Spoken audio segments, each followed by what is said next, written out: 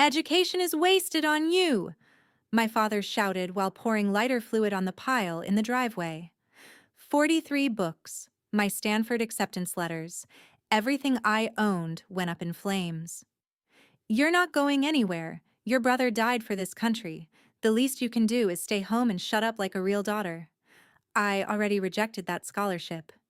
Every cent raised in his name stays with me. He smiled as the fire burned. 3 days later, a black car stopped in front of our house. Colonel Patricia Brennan, my brother's commanding officer, stepped out with two strangers. My father looked out the window, and his face turned completely white. He whispered in shock, How is this even possible? My name is Evie Andrews, and I'm 17 years old. Before I tell you how everything my father built on my brother's death came crashing down in front of the whole town, please take a moment to like and subscribe if this story already makes your blood boil. Let me know in the comments where you're watching from and what time it is there. This is only the beginning. Nathan left when I was 8 years old. June 2022. He'd just graduated high school, turned 18 3 weeks earlier. I remember standing in the driveway watching him load his duffel bag into Mrs. Caldwell's car. She was his English teacher, driving him to the recruitment office in Great Falls because Dad wouldn't take him. "Why are you leaving?" I asked. Nathan knelt down, hugged me tight, whispered in my ear, "Evie, study hard, get scholarships, get out when you're old enough, don't stay here." I didn't understand then. I thought he meant don't stay in our small town of Riverside, Montana. Population 8,500. The kind of place where everyone knows everyone and leaving feels like betrayal. But Nathan didn't mean the town. He meant the house. After he left, things changed. Not immediately, not all at once, but like water slowly rising, we didn't notice until we were drowning. Mom had died 2 years before Nathan enlisted. March 2020. I was 11. The official story: heart attack. She was 39 years old. 1 minute she was making dinner. The next, paramedics were carrying her out on a stretcher. She never woke up. Dad told everyone she had a weak heart. Nobody questioned it. Nobody asked why the paramedics took 23 minutes to arrive when we lived 6 minutes from the hospital. Nobody asked why there was blood on the kitchen floor that Dad cleaned up before they got there. Nobody asked because in Riverside, you don't question a grieving husband. After Mom died, Dad established new rules. No friends over. Homework at the kitchen table where he could watch. No locked doors. No phone privacy. He'd sit across from me while I studied, drinking beer, making comments. "You think you're smart?" he'd say. "Your mother thought she was smart too."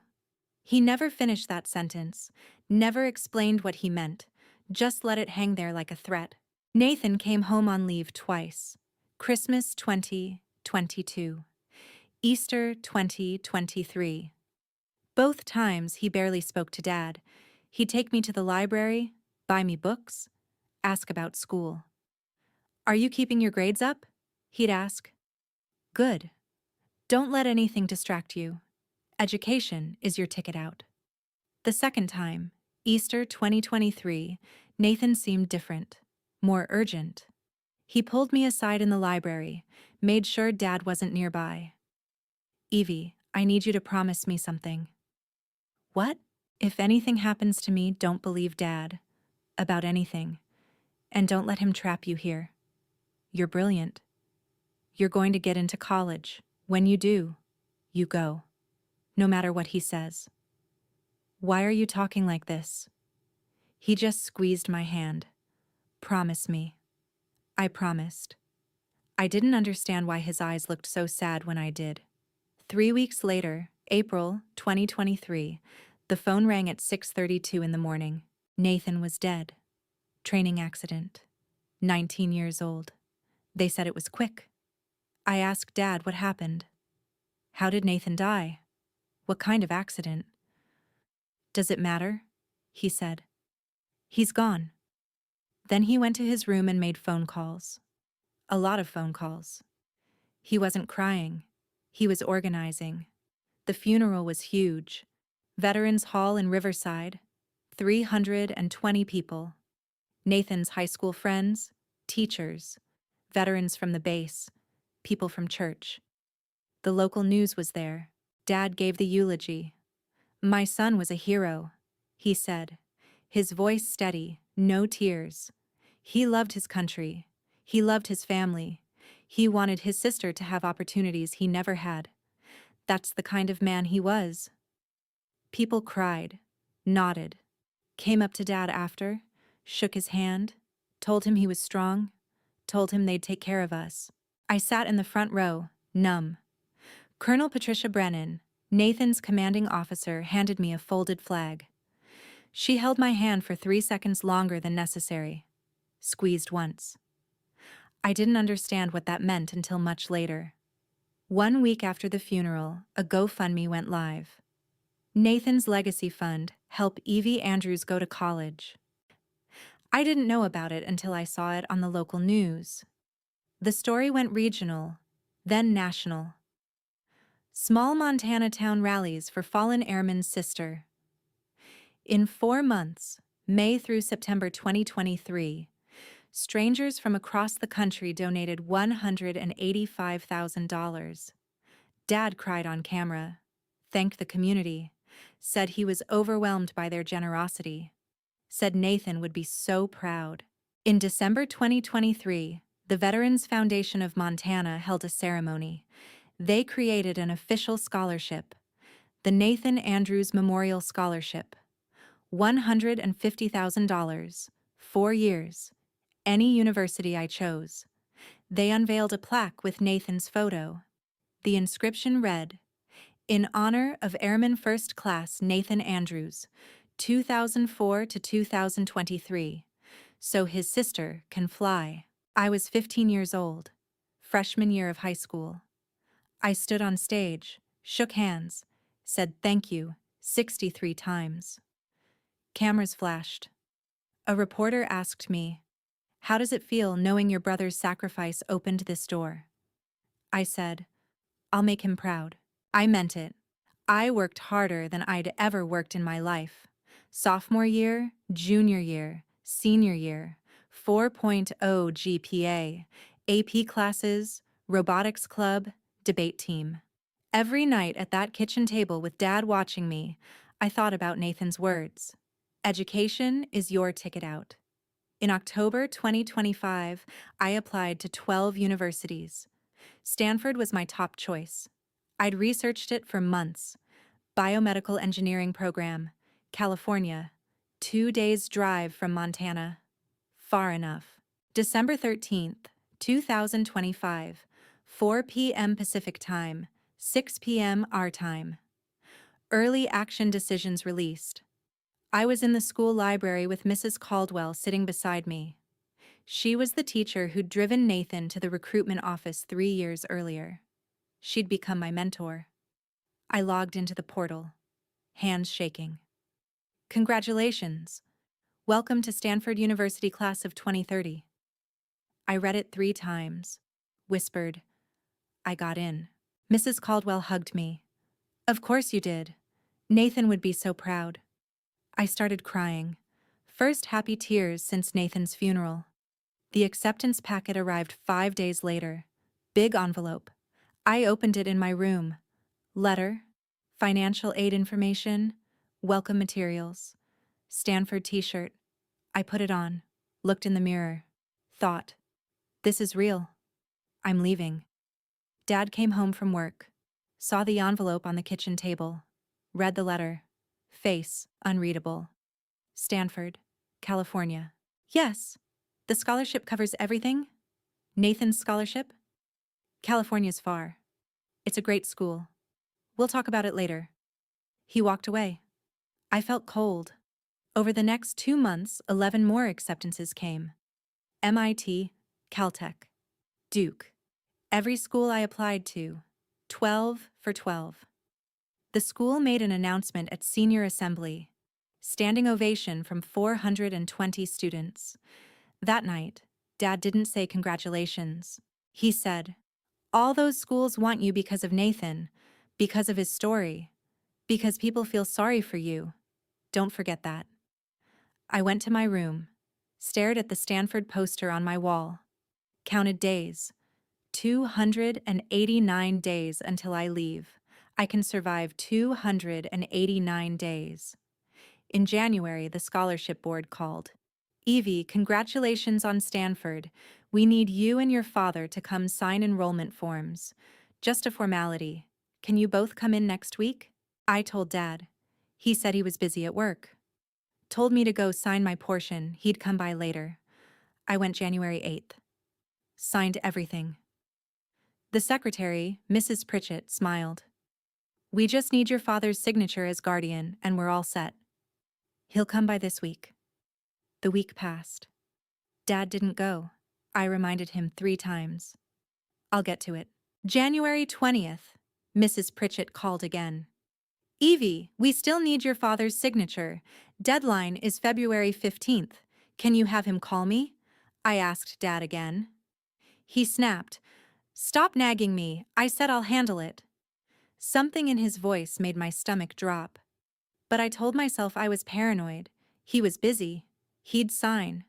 Of course he'd sign. February passed. March arrived. I asked one more time. Dad, did you sign the scholarship forms? He looked at me. Really looked at me. And I saw something in his eyes I'd never seen before. Satisfaction. I'll handle it, he said again. March 28th, 2026.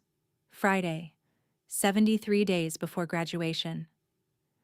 I came home from school at 3:15, saw Dad in the driveway. There was a pile of books. My textbooks. Nathan's old books that I'd kept on my shelf. My acceptance letters. All 12 universities. My research notebooks. He had a bottle of lighter fluid in his hand. Dad, what are you doing? He didn't answer. Poured lighter fluid on the pile. Dad, stop! I dropped my backpack, ran toward the pile. He lit a match. Education is wasted on you, he shouted. The match fell. Flames erupted. I screamed, tried to grab books from the edge of the fire. He grabbed my wrist, held tight. You're not going anywhere. Your brother died for this country. The least you can do is stay home and shut up like a real daughter. I already rejected that scholarship. Every cent raised in his name stays with me. My brain went blank.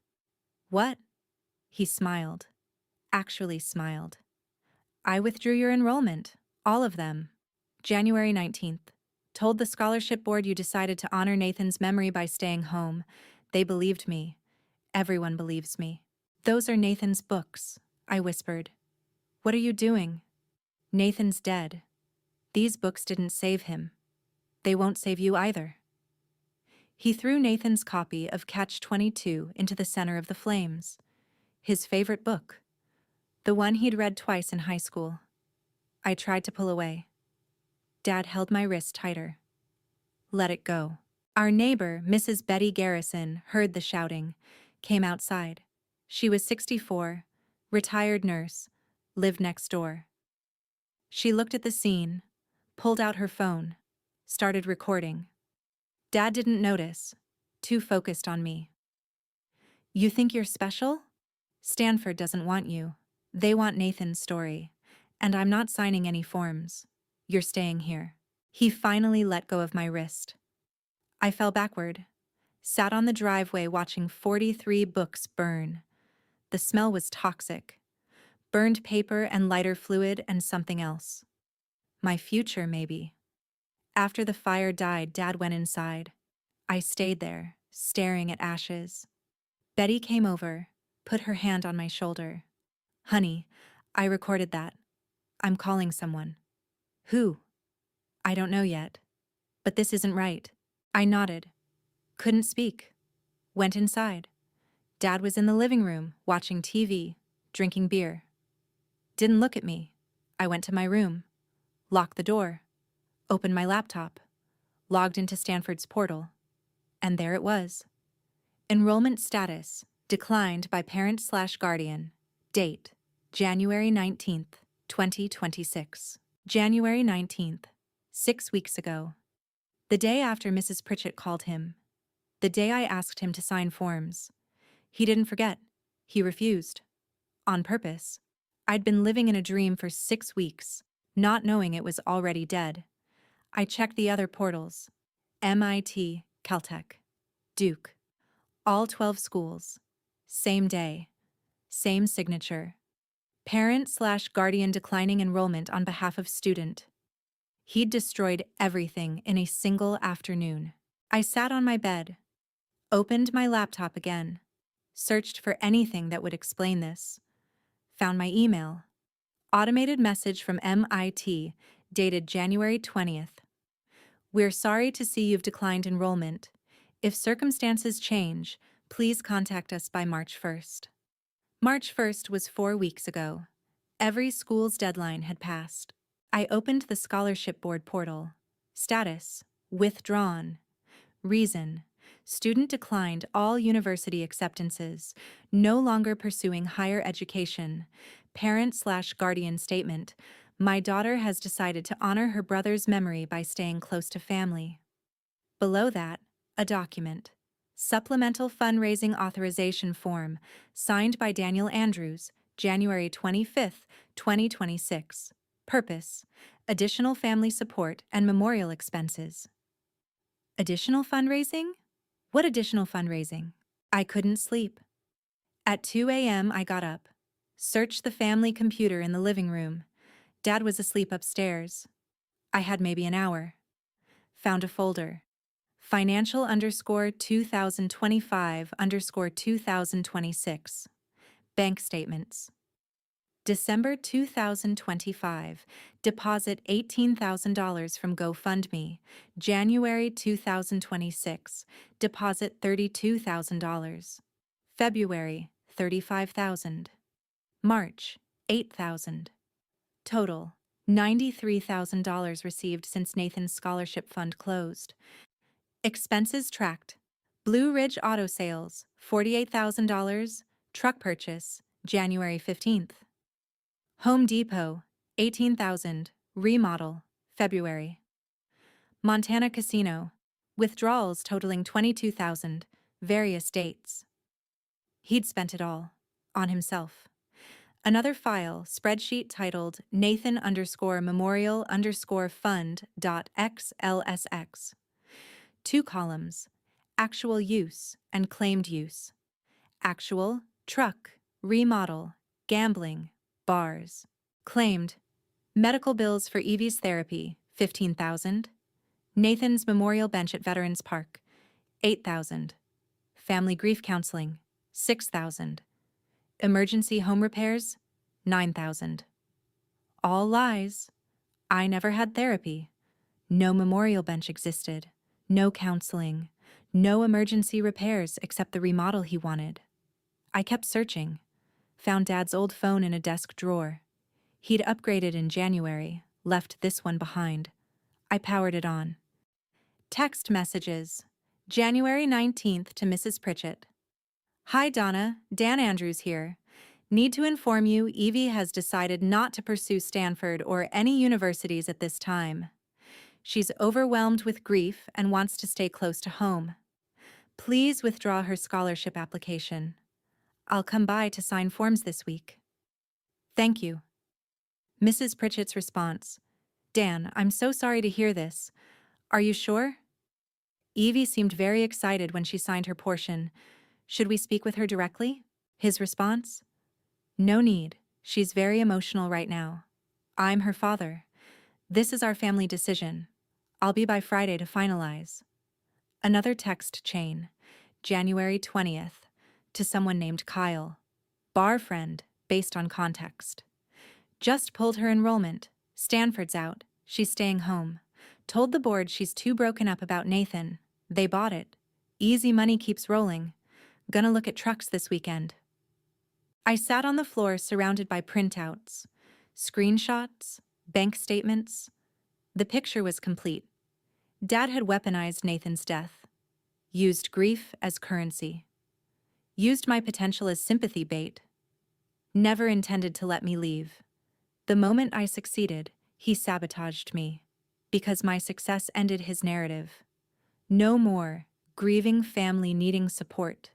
No more donations. No more attention. I had to stay trapped for his story to continue. I heard footsteps upstairs. Dad getting up. I quickly shut everything down, went to my room. My phone buzzed. Text from Mrs. Caldwell. Evie, I need to see you Monday. 7 a.m. before school. Important. Don't tell your father. I stared at the message, deleted it. Dad was standing in my doorway. What are you doing up? Couldn't sleep. He stared at me. You better not be causing problems. I won't tolerate disrespect in this house. I'm not. Good. He walked away. I thought, Monday, Mrs. Caldwell, 7 a.m. Whatever she knows, I need to know too. Monday morning, March 31st. I arrived at school at 6:45, Mrs. Caldwell's classroom. Door closed. She was already there, coffee made. Sit down, Evie. We need to talk. I sat.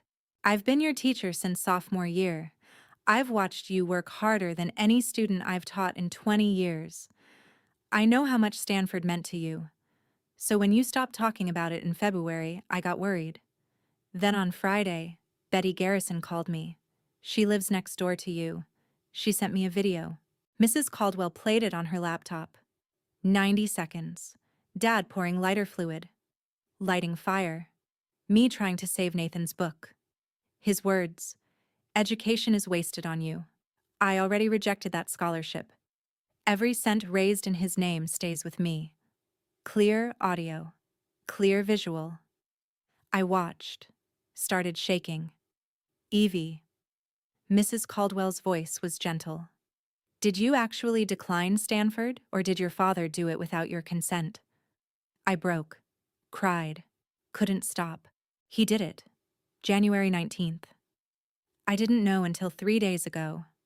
Mrs. Caldwell didn't waste time. I'm calling the scholarship board, Stanford, and your guidance counselor. Today. This is not okay. But he's my father. He has legal guardianship. Educational neglect is a form of abuse, and fraud is fraud. She paused. Nathan was my student too. Junior year of high school, spring 2022, right before he enlisted. He wrote an essay for me, about family. It was concerning. I flagged it with the counselor, but Nathan turned 18 2 weeks later and left for the Air Force. I always wondered if I should have done more. Her voice broke slightly. I'm not going to make that mistake with you. That afternoon, Mrs. Caldwell made 6 phone calls. Veterans Foundation Scholarship Board, Stanford Admissions, Montana Department of Family Services, school principal, guidance counselor, Montana Legal Services for free legal aid. At 7 p.m., my phone rang. Unknown number. Is this Evie Andrews? This is Lieutenant Colonel Patricia Brennan. I was your brother Nathan's commanding officer. Your teacher, Mrs. Caldwell, contacted me today. We need to talk. Can you meet me tomorrow? My heart stopped. Why? Because Nathan filed something with me before he died, and I think you need to see it. Tuesday, April 1st. I met Colonel Brennan at a coffee shop in Great Falls. Neutral territory. She was in civilian clothes but carried herself like military. Brought a file folder. Evie, Nathan came to me in May 2022, 1 month before he enlisted. He was still in high school, but he'd already signed his delayed entry contract. He said, "Ma'am, if anything happens to me, I need you to make sure my sister gets this letter. Don't give it to my father. Only to Evie." I asked why. He said, "My father isn't who people think he is, and Evie's going to need proof someday." She handed me an envelope. Military postage. Sealed. Nathan's handwriting. For Evie. Only Evie. My hands shook. I couldn't open it there. Too public. Too raw. "There's more," Colonel Brennan said. "Nathan also filed a report with me. Unofficial. About your mother's death. Nothing I could legally act on while he was alive. But now, with your teacher's report and what I'm hearing about scholarship fraud, I'm reopening it. She looked at me directly. Evie, your mother didn't die of a heart attack. The world tilted. That night, I locked my door, read Nathan's letter, 3 pages, handwritten, dated May 15th, 2022. Dear Evie, if you're reading this, either I'm dead or you're finally free. I need you to know the truth about our family. Dad killed Mom. Not directly, but he might as well have. March 17th, 2020. I was home on spring break. They fought in the kitchen. I heard yelling. Came down. Saw Dad shove Mom. She fell backward. Hit her head on the corner of the kitchen counter. There was blood. She was unconscious. I screamed at him to call 911. He said, "She's fine. She's just being dramatic. She'll wake up." 20 minutes passed. She didn't wake up. I called 911 myself. Paramedics came. She never regained consciousness. Died in the hospital 3 hours later. Autopsy said heart attack. But I saw what happened. The head trauma caused the cardiac event. Dad told police they'd been talking. She felt dizzy, collapsed. He lied. I was 17. Nobody believed me. After she died, I couldn't stay in that house. I enlisted as soon as I turned 18. I haven't been back except for holidays. And every time, I see you trapped the way Mom was trapped. Dad controls through love, through guilt, through family. He'll tell you you're selfish for wanting to leave. He'll use my death, if I'm dead, or my service as emotional leverage. Don't believe him. Mom wanted to leave. She had a plan. She'd saved $8,000, hid it in her sewing box in the attic. She told me the week before she died, "Nathan, when you turn 18, I'm taking Evie and we're going." She didn't make it. The money's still hidden. She'd want you to have it. Evie, you're the smart one. Get scholarships. Get out of Riverside. Go to college far away. Don't let Dad convince you to stay just one more year. It's never 1 year. It's forever. I love you, little sister. I'm sorry I couldn't protect Mom. I'm sorry I left you there. But you're stronger than me. You're stronger than Mom. You're going to make it out. Don't look back. Your brother, Nathan. P.S. I've filed this letter with my recruiter and will transfer it to my commanding officer when I arrive at my first post. If you need help, go to Colonel Patricia Brennan. She knows the truth. I read it 3 times. Cried until I couldn't breathe. Nathan knew. He knew Dad caused Mom's death. He knew Dad would try to trap me. He left proof. 3 years after his death, Nathan was still protecting me. Wednesday morning, April 2nd. Mrs. Caldwell pulled me aside between classes. The scholarship board reviewed your father's file yesterday. They found major discrepancies. He's raised an additional $78,000 since January, claiming it's for your education and Nathan's memorial. None of it was reported to the foundation. They're contacting the Montana Attorney General's office. What does that mean? It means your father committed fraud, and they're taking it seriously. That afternoon, Calvin Hutchins, the scholarship board director, called a meeting with church leadership. Pastor Timothy Walsh was there. They reviewed the numbers together. Dan said the February fundraiser was for Evie's therapy and medical bills.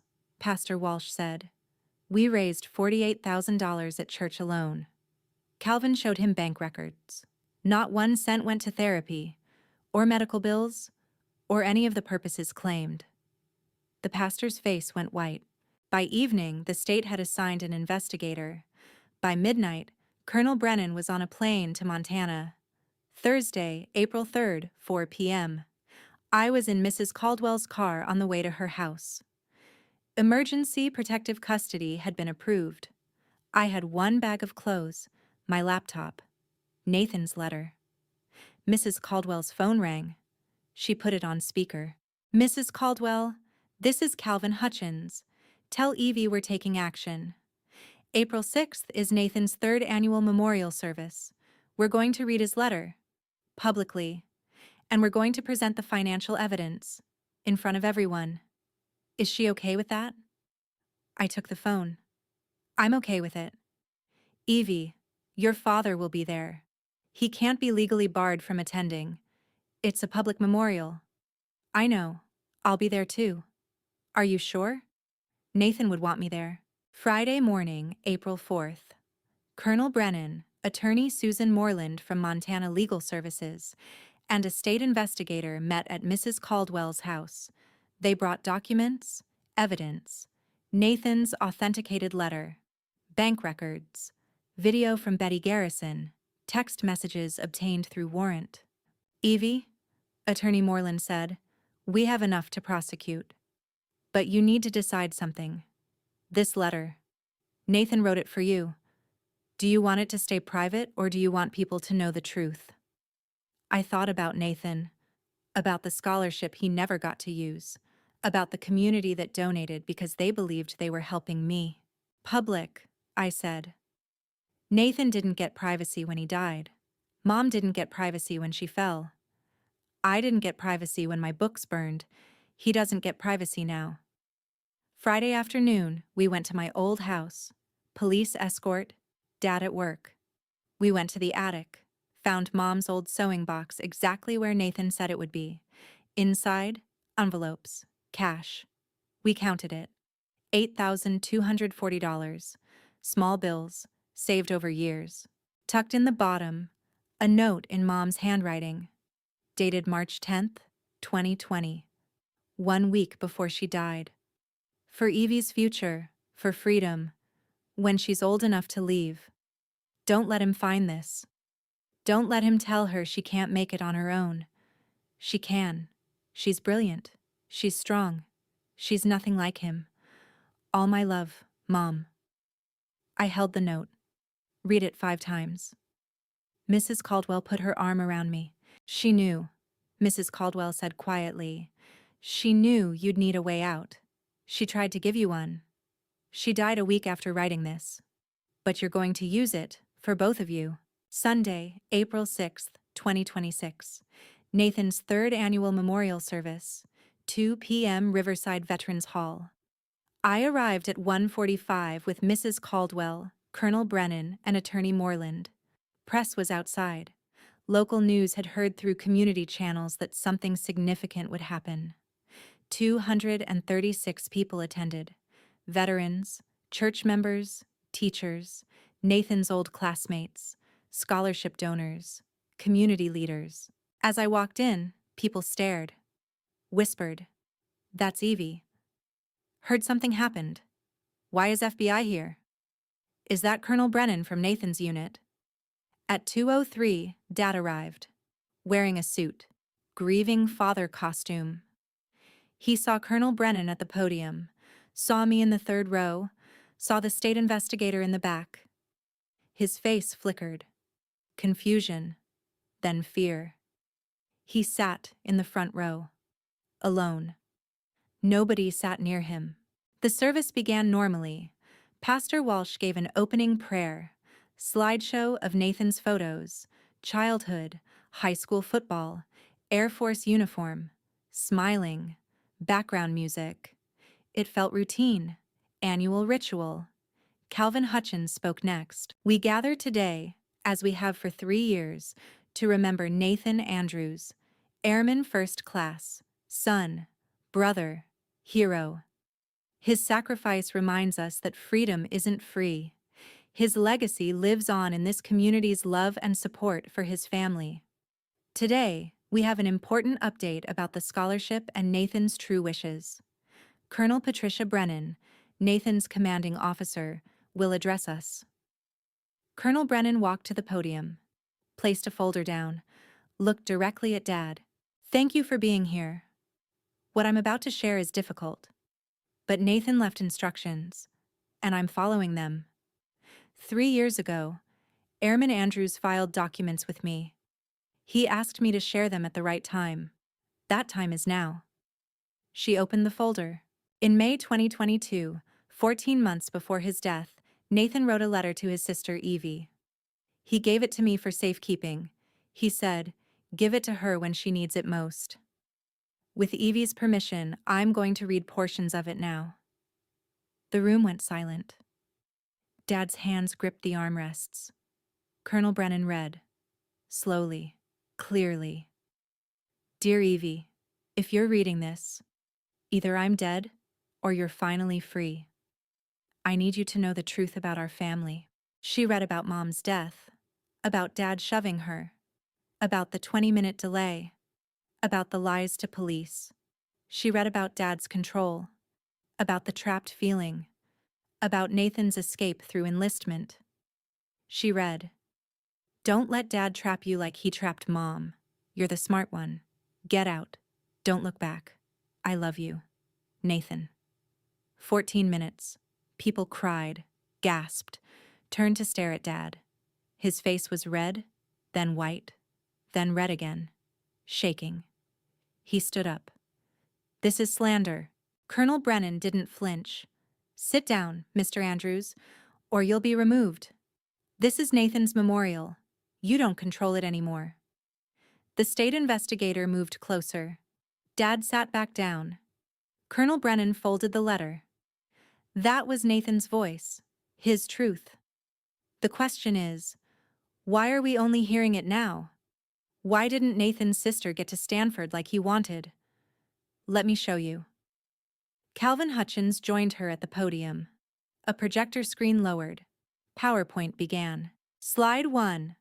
Total raised in Nathan's name, 2023 to 2026, $263,000. Slide 2. Scholarship fund held in trust, $150,000, intact. Slide 3. Distributed to Daniel Andrews, $113,000. Slide 4. Purpose claimed, medical, therapy, memorial expenses. Slide 5. Photos. Receipts. Truck purchase $48,000. Casino withdrawals $22,000. Home remodel $18,000. Slide 6. Amount spent on Evie or Nathan's memorial $0. Gasps throughout the room. Someone started crying. Calvin spoke. Many of you donated. You gave from your hearts. You believed you were helping Nathan's sister go to college. You believed Daniel Andrews when he said Evie chose to stay home. That was a lie. He pulled up an email, projected it on the screen. From Dad to the Scholarship Board, January 19th. Evie decided to honor Nathan by staying close to family. Then, text messages to Kyle. Easy money keeps rolling. Pulled her enrollment, she's staying home. Then, Betty Garrison's video. 90 seconds. Books burning. Dad's voice. Education is wasted on you. I already rejected that scholarship. Every cent stays with me. The room erupted. Voices overlapping. Dad stood again. You can't do this. This is... Sit. Down. Colonel Brennan's voice cut through. Or we'll have you removed. You don't get to speak here. He sat, hands covering his face. Calvin continued. The Scholarship Board filed a formal complaint with the Montana Attorney General 3 days ago. An investigation is underway. Daniel Andrews faces multiple criminal charges including charity fraud and educational interference. The scholarship fund that you created, the $150,000 held by our foundation, is still intact. And Evie Andrews is going to use it. She's going to Stanford in the fall. Applause. Scattered at first. Then building. People standing. Before we close, Calvin said, Evie would like to say something. I stood, walked to the podium. 236 people watching. Cameras rolling, hands shaking but voice steady. My name is Evie Andrews. I'm Nathan's sister. I'm 17 years old. 3 years ago, my brother died. You all showed up for him. For our family. You raised money. You created a scholarship. You thought you were helping me. I want you to know, your generosity wasn't wasted. The scholarship fund you created, the $150,000 held by the Veterans Foundation, is still intact. I'm going to use it. I'm going to Stanford. That's Nathan's real legacy. But I also want you to know, my father lied to you. He lied about me. He lied about Nathan. He took your donations and spent them on himself. He withdrew my college enrollment without telling me. He burned my books and told me education was wasted on me. He did all of this while standing in front of you, accepting awards, giving speeches about sacrifice and family. Nathan knew. Before he died, he warned me. He told me not to let my father trap me. He left me a letter. Colonel Brennan just read it. That letter saved my life. I'm not telling you this for revenge. I'm telling you because Nathan's story deserves truth. His legacy deserves truth. And all of you who gave deserve truth. My father didn't honor Nathan. He weaponized him. He turned my brother's death into a business. But Nathan's real legacy isn't money. It's this. He taught me that love means setting people free, not trapping them. He taught me that family can be chosen, not just blood. And he taught me that education is the way out. I'm going to Stanford. I'm going to live the life Nathan wanted me to live, and I'm going to honor him by being free. Thank you for loving my brother. Thank you for trying to help me. I hope you can forgive my father someday. I'm not there yet. But I'm going to be okay. Nathan made sure of that. Silence for 3 seconds. Then, standing ovation. 236 people on their feet. Crying. Clapping. Colonel Brennan hugged me, Dad still sitting, head in hands. From the back of the room, an older veteran stood. Mr. Jack Thornton, 68. Served Vietnam. Daniel Andrews.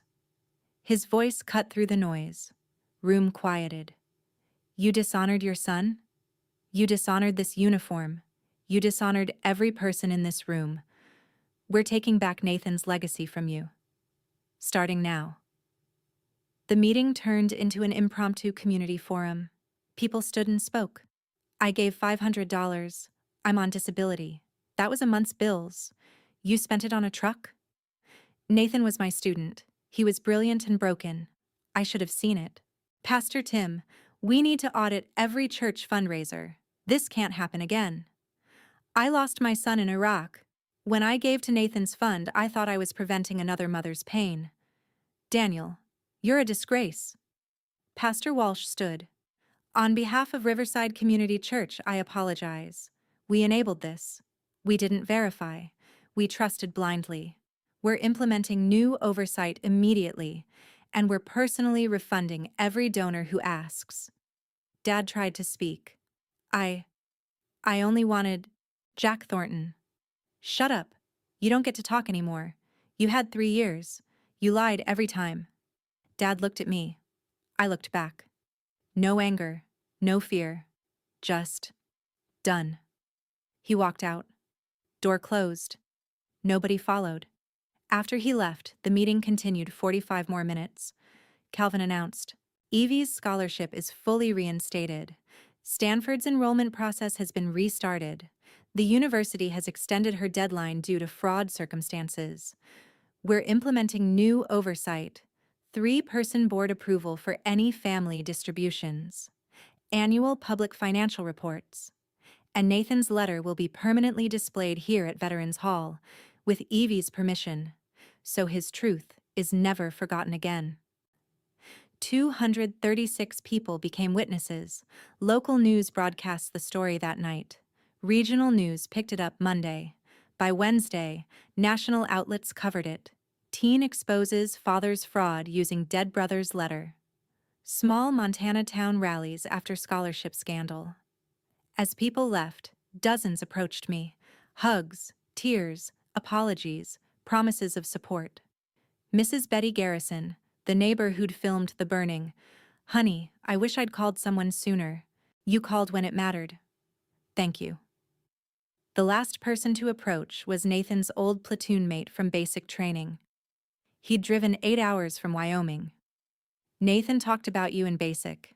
Said you were the reason he kept going through the hard days. Said you were brilliant. Said he was going to make sure you got out. He was right. You're a fighter.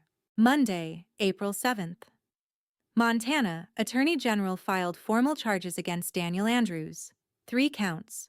2 counts charity fraud, 1 count educational interference elevated to felony due to financial fraud nexus. Press conference. AG spokesperson? Daniel Andrews exploited his community's generosity and his son's military service for personal gain. He deliberately interfered with his daughter's education to maintain access to charitable funds. These crimes carry significant penalties. Separate investigation. Montana State Police reopened Rachel Andrews' death case.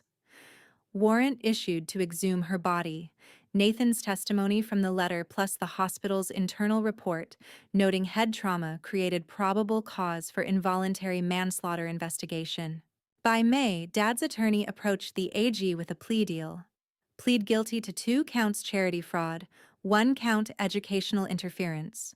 Sentencing recommendation: 18 months jail, 5 years probation, $113,000 restitution to donors and scholarship fund, mandatory therapy. Attorney Moreland consulted me. I had victim input rights. Evie, they're offering a deal. Avoids trial. Guarantees jail time and restitution. Your call. Will I have to see him? Not if you don't want to. Restraining order stays in place. And Stanford? You're enrolled. Moving forward. This doesn't affect that. Then I don't care what he gets. I just want it over. The AG accepted the plea deal. Sentencing scheduled June 15th. But the involuntary manslaughter investigation continued separately. No plea offer on that charge yet, pending forensics. While the criminal case proceeded, civil action started. Veterans Foundation sued Daniel Andrews for return of funds. Church filed a civil complaint. Individual donors organized a class action. Court ordered full restitution. Dad's house went up for sale. $95,000 owed on mortgage, worth $185,000. Equity would cover most restitution. Truck repossessed. Wages garnished 25% for 10 years if restitution wasn't fully paid. An unexpected thing happened. Retired Colonel James Keller, who'd served with Nathan's unit in a previous deployment, donated $50,000 to the scholarship fund anonymously. When reporters found out and asked him why, he said, "Nathan's courage and Evie's strength deserve support. Period." Other donations followed. By summer 2026, Nathan Andrews' Memorial Scholarship grew to $280,000 endowment, enough for me, plus future recipients. June 15th, 2026. Sentencing hearing. I didn't attend.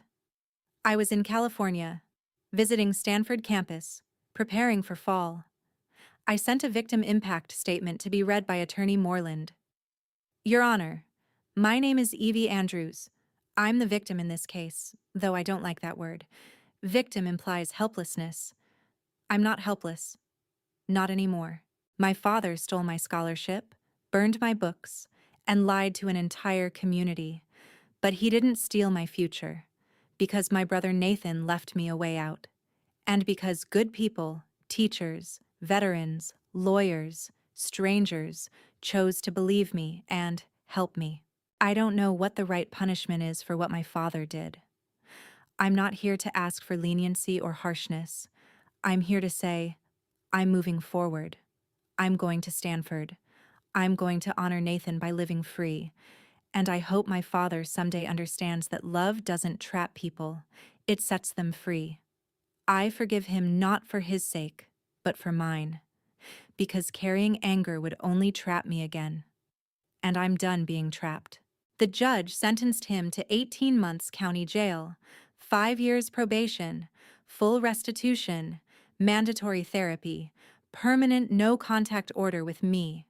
The judge said, "Mr. Andrews, you exploited your son's death, betrayed your daughter's trust, and defrauded your community. Your son tried to protect his sister even beyond the grave. That shows more character than you've demonstrated in this courtroom. As Dad was led away, a reporter asked, "Do you have anything to say to Evie?" He paused. "I thought I was protecting her." "From what?" He had no answer.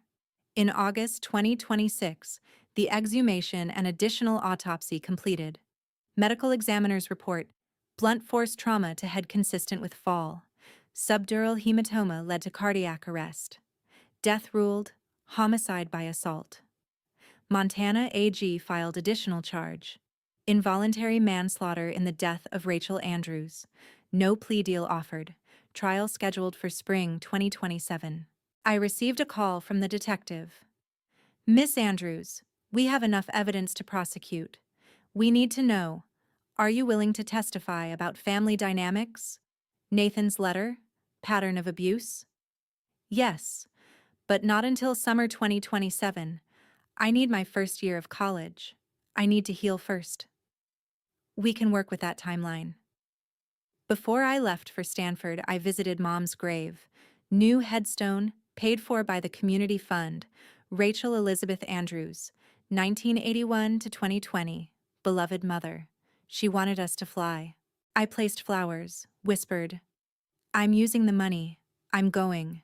Nathan and we both made it out. I love you, Mom." The summer before Stanford was about healing.